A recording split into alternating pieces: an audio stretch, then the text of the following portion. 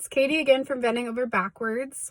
I just wanted to share a really easy solution to a simple problem on our vending machine. We have this Seaga N2G4000, and the customer had told us that when they went to order a Pepsi, it said make an alternate selection.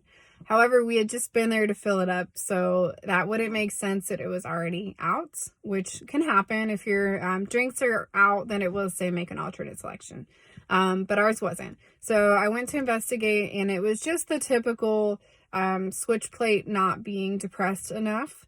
So it's an easy fix, and I just wanted to share with you guys how to do that. Here we go.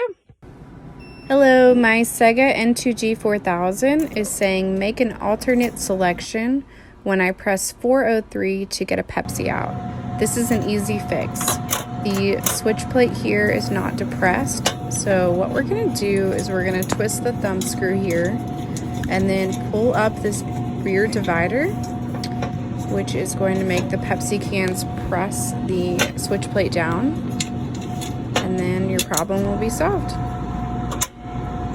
See here on the screen now, it's letting you order. It says it's $1. All fixed.